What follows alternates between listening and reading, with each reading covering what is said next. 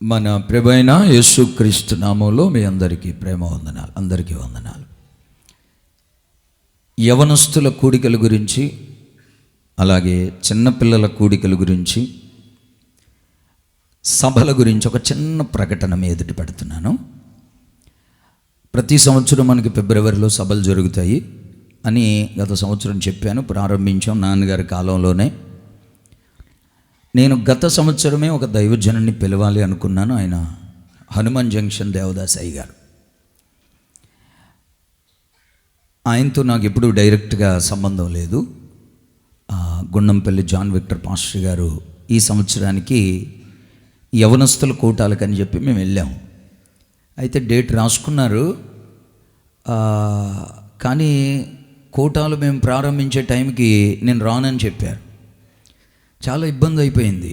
నేనేమో గ్రూపుల్లో కూడా పెట్టేశాను.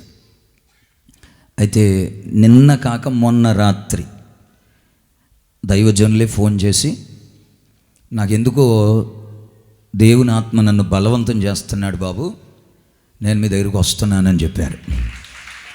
హల్లెలూయా.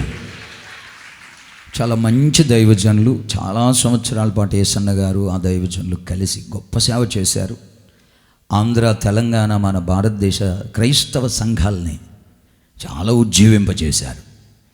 నేను 2006లో హోసన్న సెమినార్కి వెళ్ళినప్పుడు ఆ దైవజనులు బైబిల్ క్లాసుల వలన కూడా నేను చాలా దీవించబడ్డాను, ఉపదేశాన్ని నేర్చుకున్నాను. కనుక రేపు 14వ తారీఖున దైవజనులు రాత్రికి వస్తారు. కనుక మీరు మీ కుటుంబాలు తప్పకుండా అందరూ రావాలని ప్రేమతో మీకు తెలియజేస్తున్నాను. సరిగ్గా రేపు అంటే 13వ తారీఖున ఉదయం 9 గంటలకి యవనస్తుల కూడిక ప్రారంభమవుతుంది. మధ్యాహ్నం వరకు ఉంటుంది, 2-3 గంటల వరకు. ఆ తర్వాత రాత్రికి సభ, రేపు రాత్రికి కూడా. రేపంతా మన మధ్యన థామస్ ఆచార్య గారు దైవజనులు ఉంటారు. వారు జైల్లో గొప్ప సువార్తికుడు. ఆయన కరుడు కట్టిన రౌడీలు, భయంకరమైన వ్యక్తులు ఎందరో మారిపోయి జైల్లో మందిరం కట్టి ఆరాధన జరిపించే మంచి దైవజనుడు. కనుక మనందరిలో సువార్త భారం నింపబడాలి. అది యవనస్తుల మధ్యలో మంచి క్లాసులు తీసుకుంటారు. రాత్రికి సభలో వాక్యం చెప్తారు. తర్వాత 14వ తారీఖు పగలు రాత్రి దైవజనులు మన మధ్యన ఉంటారు. 15వ తారీఖున కూడా మంచి అభిషేకం కలిగిన దైవజనులు నిశ్చయ అభిషేకం గారు వస్తున్నారు. కనుక 15వ తారీఖు మధ్యాహ్నంతో యవనస్తుల కూడికలు ముగించబడతాయి. ఈ 3 రోజులు సెలవులు కనుక కుటుంబ సమేతంగా చాలామంది పిల్లలు, పెద్దలు, యూత్ అందరూ వచ్చేసి ఇక్కడ ఉంటారు. కనుక పిల్లలకు కూడా ప్రత్యేకమైన క్లాసులు ఏర్పాటు చేయడం జరుగుతుంది. కనుక ఒక ప్రక్కన చిన్నపిల్లలకి, ఒక ప్రక్కన యూత్కి, రాత్రిపూట సంఘానికి. కనుక సంఘ బిడ్డలందరూ ఈ 3 రోజులు ఏ పని పాటలకి, చుట్టాలు పట్టాలకి, వేరే వేరే కార్యక్రమాలకి, పేకాటలు, కోడి పందాలకి మేము ఆడంగానే చూస్తాం అని కూడా వెళ్ళకుండా మీరు దేవుని సన్నిధిలో గడపాలనేది దేవుడు నాకు ఇచ్చిన ఒక భారం, నడిపింపు. కనుక దయచేసి అందరూ మీ కుటుంబ సమేతంగా పాలుబొంపులు పొందండి. ఈ 3 కార్యక్రమాలకి మరి చాలా భారంతో కూడుకున్న కార్యక్రమం కనుక అందరూ భారంతో ప్రార్థించేయండి.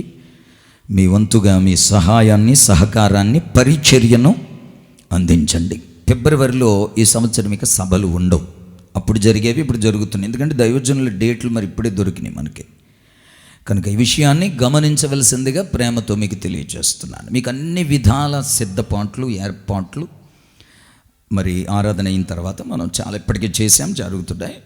కనుక ఆడపిల్లలకి చాలా ప్రత్యేకంగా శ్రద్ధతో ఇక్కడ క్యాంపస్లో ఏర్పాట్లు చేయటం జరుగుతుంది. కనుక ఆడపిల్లల ఉండే ఏరియాలకు ఒక్క మగ పురుగు కూడా రాకుండా ప్రత్యేకమైన జాగ్రత్తలు తీసుకుంటూ, అలాగే మగపిల్లలకు కూడా ప్రత్యేకంగా కొత్తగా వాష్రూమ్స్ కూడా పనిగట్టుకుని తయారు చేయడం జరిగింది. కొన్ని వేల రూపాయలు ఖర్చు పెట్టేశాం. కనుక ఈ విషయాన్ని గమనించవలసిందిగా ప్రేమతో మీకు తెలియజేస్తున్నాను.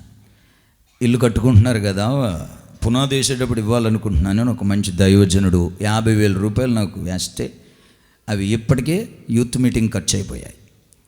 కనుక అయిపోయినాయి ఇంక ఈ కార్యక్రమాలన్నిటికీ. కనుక ఎంత భారంతో ఖర్చుతో ఈ కార్యక్రమం యవనస్తుల కూడికలు సభలు జరుగుతున్నాయి కనుక మీరందరూ తప్పకుండా ప్రతి కూటంలో పాలుపంపులు పొందాలని. ఇది యూత్కి రెసిడెన్షియల్ క్యాంపు కనుక 3 రోజులు ఒక చోట నిలిచి సన్నిధిలో గడపడం వలన వారిని ఐగుప్తు విడిచి వెళ్ళిపోతుంది. లోకం, ఆశలు, కోరికలు వీటిపై జయం కలుగుతుంది. 3 రోజులు సన్నిధిలో ఉండిపోతాయి. అందుకని ఇంటికి వెళ్ళి వస్తామంటే మీకు ఈ కూడిక వలన పెద్ద ఫలితం ఉండదు. నా కష్టం అంతా వ్యర్థమైపోద్ది, ఖర్చు అంతా వేస్ట్ అయిపోద్ది. అందుకని మీరు ఖచ్చితంగా యవనస్తులు ఖచ్చితంగా క్యాంపస్లో ఉండిపోవాలి. మరి ఇంతమంది పిల్లలు యూత్ ఇక్కడ ఉంటారు కనుక తిమోతి గారు లాంటి వాళ్ళు కూడా పెద్దవాళ్ళు, ఆయననే కాదు అందరూ పెద్దవాళ్ళు కూడా క్యాంపస్లో ఉండాలి, గమనించుకోవాలి. కనుక ప్రత్యేకంగా మీకు చెప్పక్కర్లేదు మేము రాత్రిపూట ఇంటికి వెళ్ళిపోతాము అంటే కుదరదు. ఎందుకంటే మన పిల్లలు మనం క్యాంపస్లో ఉంటున్నప్పుడు అందరూ కూడా క్యాంపస్లోనే గడపాలి.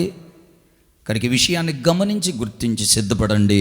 మీ వంతుగా మీకు తెలిసిన వాళ్ళందరికీ తెలియచేయండి. మీ బంధువుల పిల్లలకి చెప్పండి, మన సంఘ బిడ్డలకి చెప్పండి. అందరూ రండి, కలిసి దేవుడిని స్తుతిద్దాం, ఒక కొత్త తైలముతో నింపబడదాం, దేవుని దీవెనల చేత ఆశీర్వాదాల చేత నింపబడదాం. దేవుడు తనకు మహిమకరంగా మనకు దీవెనకరంగా అభిషేకంతో మరి యవనస్తుల కూడికలు సభలు జరిగించునుగాక. ఆమేన్. ఏది చేతులెత్తి ఈ కూడికల కొరకు అందరూ గట్టిగా స్తోత్రం చెప్పండి.